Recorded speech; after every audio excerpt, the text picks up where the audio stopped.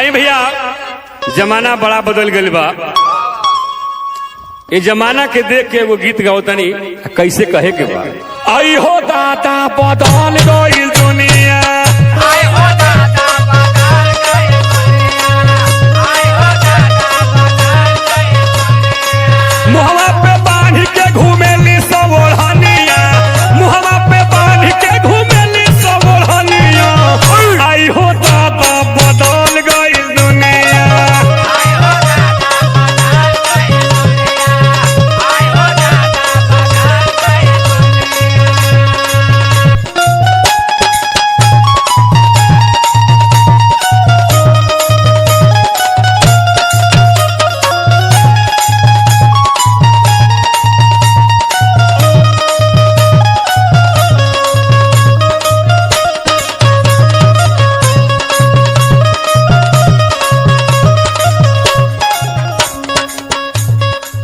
पहले के लोगवा लवंडा नचावे,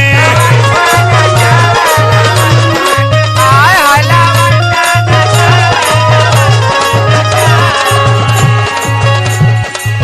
अब के लोग यारी के स्टा करावे।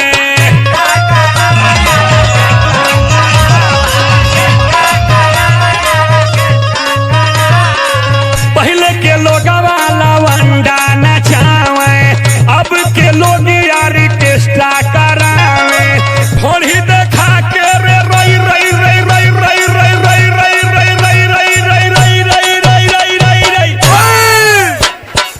ढोड़ी देखा के न चली बिटहिनिया, ढोड़ी देखा के न चली बिटहिनिया। आई हो दादा पलट गई दुनिया, आई हो दाता बदल गई दुनिया, आई हो दाता बदल गई दुनिया। ए दुनिया बदल गई दुनिया, बदल गई दुनिया, बदल गई दुनिया। आई हो दाता बदल गई दुनिया, आई हो दाता बदल गई दुनिया। प्यार वाली बात हो दो।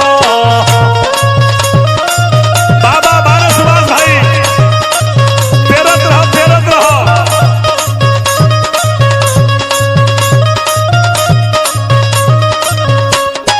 भैया देखो इतना परिवर्तन हो गई। आज के 10 साल पहले का रहल आज का हो गई बटे। खान पान बदलल होला,